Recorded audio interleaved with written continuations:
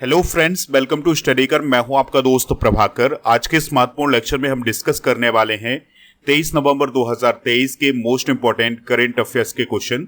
तो आप इस पूरे लेक्चर को बहुत ही ध्यान से लास्ट तक जोड़ देखिएगा।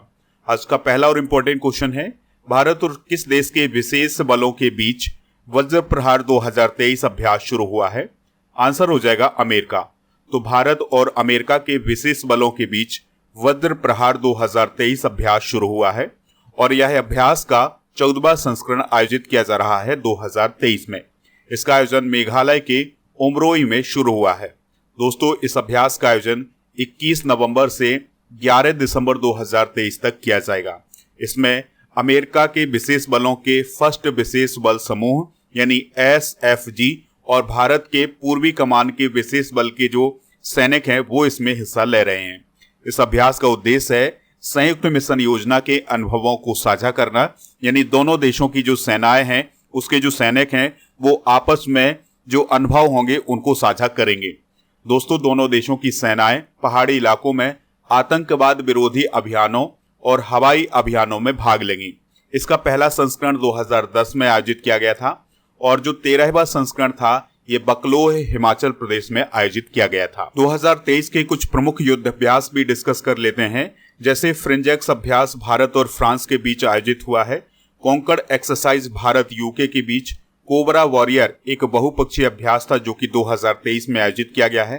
13वां बोल्ड कुरुक्षेत्र अभ्यास भारत सिंगापुर के बीच। ला पेरोस थर्ड एक्सरसाइज बहुराष्ट्रीय अभ्यास था, ये 2023 में आयोजित किया गया है।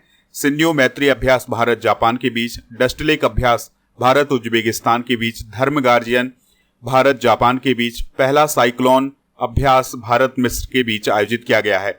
इसके अलावा वीर गार्जियन अभ्यास भारत और जापान के बीच। काजेंद अभ्यास भारत और कजाकिस्तान के बीच। सिलिनेक्स अभ्यास भारत और श्रीलंका के बीच आयोजित किया गया है। आप इस पूरे लेक्चर को बहुत ही ध्यान से लास्ट तक देखिएगा। लास्ट में आपसे क्वेश्चन पूछा जाएगा जिसका आंसर कमेंट बॉक्स में जरूर दीजिएगा।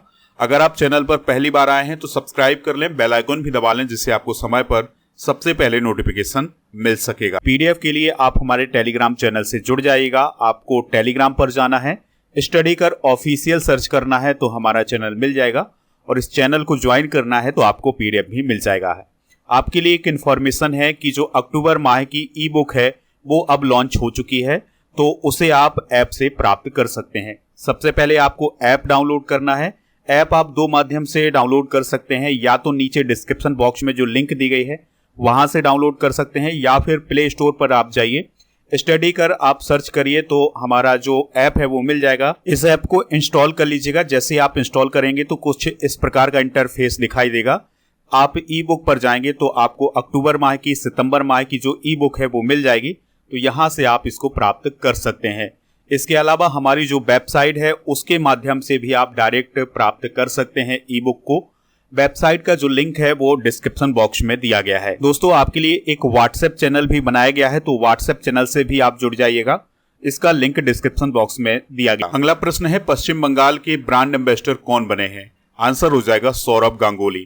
तो दोस्तों, पूर्व भारतीय क्रिकेटर हैं सौरभ गांगुली, तो वो पश्चिम बंगाल के अब ब्रांड एम्बेसडर बन चुके हैं। तो पश्चिम बंगाल की जो मुख्यमंत्री हैं ममता बनर्जी जी, तो उनके द्वारा सौरभ गांगुली को बंगाल का ब्रांड एम्बेसडर घोषित किया गया है। उन्होंने यह घोषणा 7वें विश्व बंगाल व्यापार सम्मेलन के दौरान की है। इससे पहले बॉलीवुड सुपरस्टार शाहरुख खान बंगाल के ब्रांड एम्बेसडर थे, लेकिन अब पश्चिम बंगाल के ब्रांड एम्बेसडर कौन बन गए हैं? सौरभ गांगुली बन गए हैं। 2023 के कुछ प्रमुख ब्रांड एम्बेसडर डिस्कस कर लेते हैं। जैसे राजकुमार राव को चुनाव आयोग का नेशनल आइकॉन घोषित किया गया है।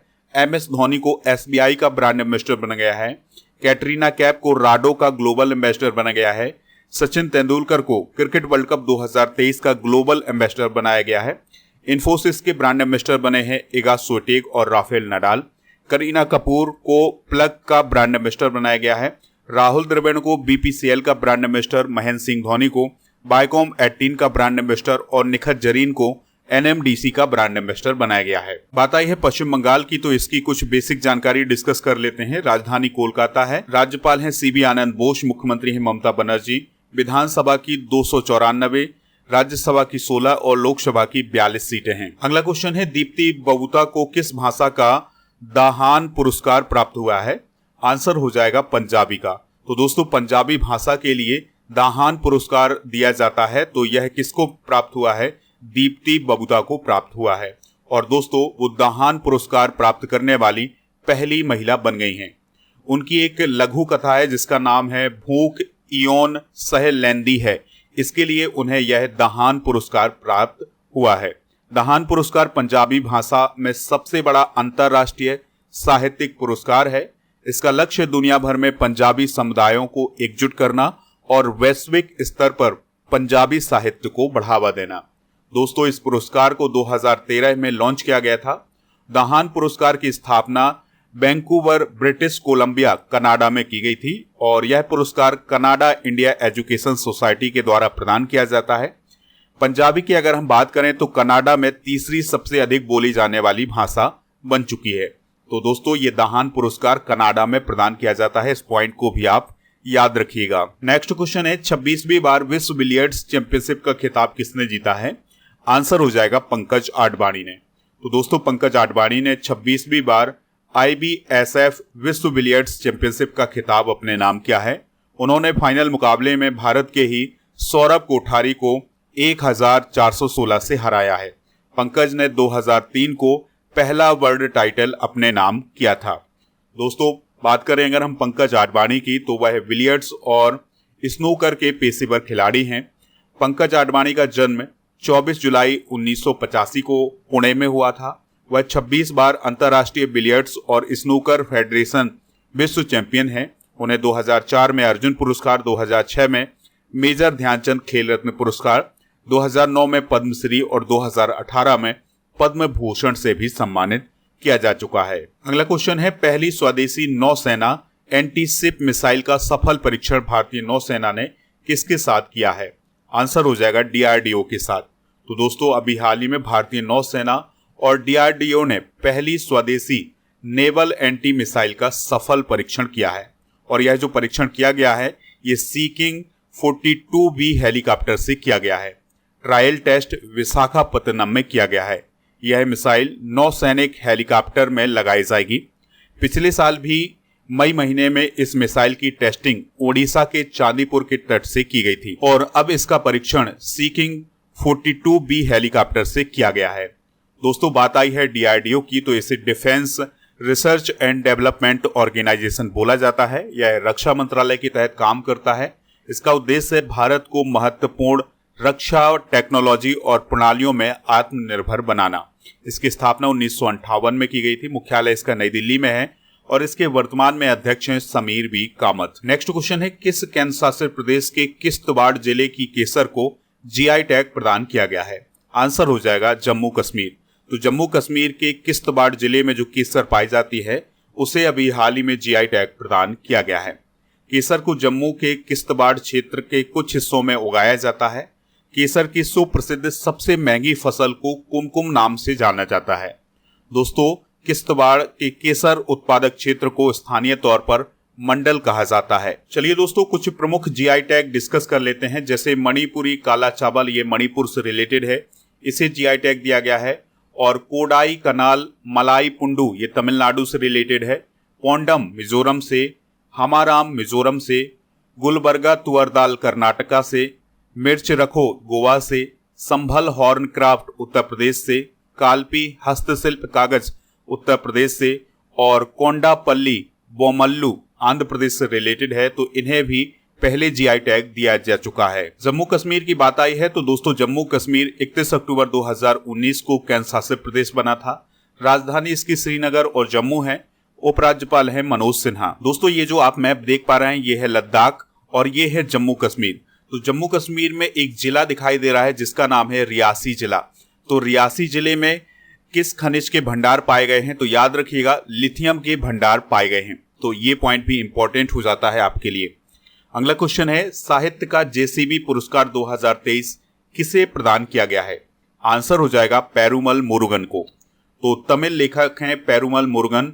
तो उनके उपन्यास फायर वर्ल्ड के लिए उन्हें साहित्य का JCB पुरस्कार 2023 दिया गया है। फायर वर्ल्ड का जननी कन्नन के द्वारा अंग्रेजी में ट्रांसलेशन किया गया है। दोस्तों साहित्य के लिए JCB पुरस्कार के विजेता को 25 लाख रुपए और उसके अनुवादक को 10 लाख रुपए का नगद पुरस्कार दिया जाता है। बात करें अगर हम जेसीबी पुरस्कार की, तो इसे 2018 में स्थापित किया गया था और यह अंग्रेजी भाषा में काम करने वाले भारतीय लेखकों और उपन्यासकारों को प्रदान किया जाता है। दोस्तों, राणा दास गुप्ता जेसीबी पुरस्कार के संस्थापक साहित्यिक निदेशक हैं और 2020 में मीता कपूर को नए साहित्यिक निदेशक के रूप में नियुक्त किया गया था। अगला क्वेश्चन है, अंडर 19 क्रिकेट विश्व कप 2024 किस देश में आयोजित किया जाएगा? वेरी वेरी इंपॉर्टेंट क्वेश्चन है। आंसर हो जाएगा साउथ अफ्रीका। अब ये क्वेश्चन इंपॉर्टेंट क्यों है?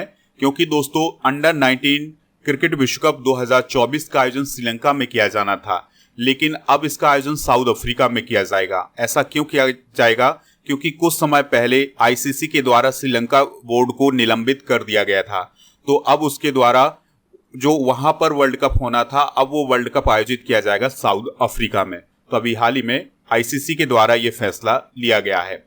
अंडर 19 क्रिकेट विश्व कप 2024 की बात करें तो यह 13 जनवरी से 4 फरवरी 2024 तक आयोजित किया जाएगा। 50 ओवर वाला ये क्रिकेट विश्व कप होगा। 16 टीमें इसमें हिस्सा लेंगी और 2022 का जो अंडर 19 क्रिकेट विश्व कप था वो किसने जीता था? इंडिया ने जीता था। नेक्स्ट क्वेश्चन है, अपर्णा गुप्ता को किस कंपनी ने नए ग्लोबल डिलीवरी सेंटर लीडर के रूप में नियुक्त किया है? आंसर हो जाएगा माइक्रोसॉफ्ट। तो माइक्रोसॉफ्ट के द्वारा अपर्णा गुप्ता को नए ग्लोबल डिलीवरी सेंटर लीडर के रूप में नियुक्त किया है। माइक्रोसॉफ्ट ने अपर्णा गुप्ता को कंपनी के नए ग्लोबल डिलीवरी सेंटर लीडर के रूप में नियुक्त करने की अभी हाल ही में घोषणा की है। और अगर हम बात करें अपर्णा गुप्ता की, तो वह 6 साल पहले माइक्रोसॉफ्ट में कमर्शियल सॉफ्टवेयर इंजीनियरिंग के रूप में शामिल हुई थी। माइक्रोसॉफ्ट की अगर हम बात करें तो माइक्रोसॉफ्ट विश्व की सबसे बड़ी सॉफ्टवेयर कंपनी है। इसकी स्थापना 4 अप्रैल 1975 को की गई थी। मुख्यालय इसका वाशिंगटन अमेरिका में है। संस्थापक हैं बिल गेट्स और पॉल एलन।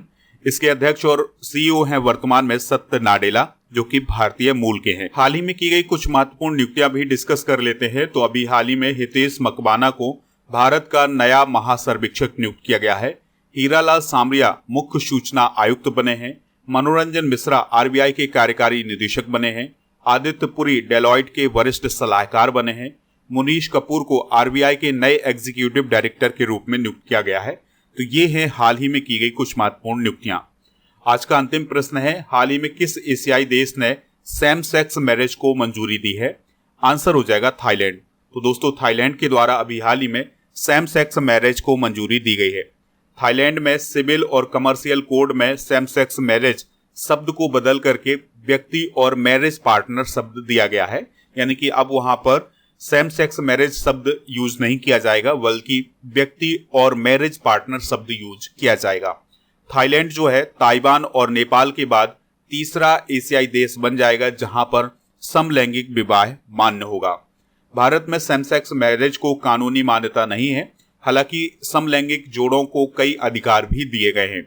ब्रिटिश काल में आईपीसी की धारा 377 के तहत समलैंगिक संबंधों को अपराध घोषित किया गया था। दोस्तों, वो देश डिस्कस कर लेते हैं जहां पर सेम सेक्स मैरिज लीगल है, जैसे Argentina, Australia, Brazil, Canada, Cuba, Denmark, Finland, France, Germany, Malta, New Zealand, South Africa, Sweden, Taiwan, Britain और अमेरिका। तो ये वो देश हैं जहां पर सेम सेक्स मैरिज लीगल मानी गई है।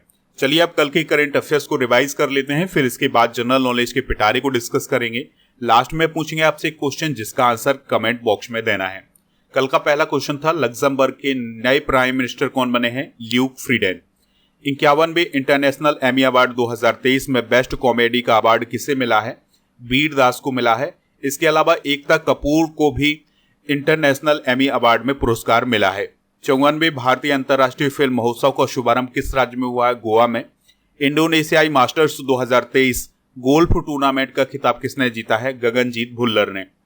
किस राज्य ने अंतर्राष्ट्रीय मछली पालन में पहला स्थान हासिल किया है? उत्तर प्रदेश ने। Building partnership India and international corporation for maritime securities पुस्तक को किसने लिखा है? हिमाद्री दास ने। किसे 2023 केनेथ बोल्डिंग पुरस्कार से सम्मानित किया गया है?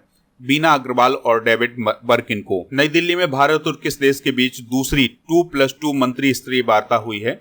ऑस्ट्रेलिया। विनय टॉन्से किस बैंक के एमडी बने हैं? एसबीआई के। WHO के अनुसार खसरे से मौत के मामले में कितने प्रतिशत की बढ़ोतरी हुई है? 43% की। तो दोस्तों ये थे कल के करंट अफेयर्स के क्वेश्चन। चलिए अब हम डिस्कस करते हैं आज के जनरल नॉलेज के पिटारे को। अनुच्छेद 128 की बात करें तो इसमें उच्चतम न्यायालय की बैठक में सेवानिवृत्त न्यायाधीशों की उपस्थिति के बारे में बताया गया है। 129 में उच्चतम न्यायालय अभिलेख न्यायालय के रूप में होने का प्रावधान किया गया है। 130 में उच्चतम न्यायालय के आरंभिक अधिकारिता के बारे में बताया गया है। दोस्तों अनुच्छेद 137 में निर्णय एवं आदेशों का उच्चतम न्यायालय द्वारा पुनर्विलोकन का प्रावधान किया गया है। 143 में उच्चतम न्यायालय के परामर्श करने की राष्ट्रपति की शक्ति का उल्लेख किया गया है। ये बहुत इंपॉर्टेंट अनुच्छेद है, इसे आप नोट कर लें। अनुच्छेद 148 में भारत के नियंत्रक महालेखा परीक्षक यानी CAG का उल्लेख किया गया है। ये भी काफी इंपॉर्टेंट अनुच्छेद है। अनुच्छेद 149 में नियंत्रक महालेखा परीक्षक के कर्तव्य और शक्तियों के बारे में बताया गया है। 150 में संघ के राज्यों के लेखाओं के प्रारूप को बताया गया है। तो ये है कुछ इंपॉर्टेंट अनुच्छेद भारतीय संविधान के। कल के करंट अफेयर्स में पूछा गया था कि गगनजीत भुल्लर किस खेल से रिलेटेड है? आंसर हो जाएगा इसका गोल्फ। तो लगभग सभी लोगों ने इसका आंसर गोल्फ बताया हुआ है। तो दोस्तों आपसे जो क्वेश्चन पूछा जाए उसका आंसर आप कमेंट बॉक्स में जरूर बताइएगा, हमें इंतजार रहता है आपके आंसर का। तो आज का क्वेश्चन है अंडर 19 क्रिकेट विश्व कप 2023 का विजेता कौन सा देश है? तो जो भी इसका राइट आंसर हो कमेंट बॉक्स में जरूर बताइएगा। अगर लेक्चर पसंद आया हो तो आप इसे लाइक करें, शेयर भी करें सभी दोस्तों को सभी सोशल मीडिया प्लेटफॉर्म पर। जय हिंद, वंदे मातरम।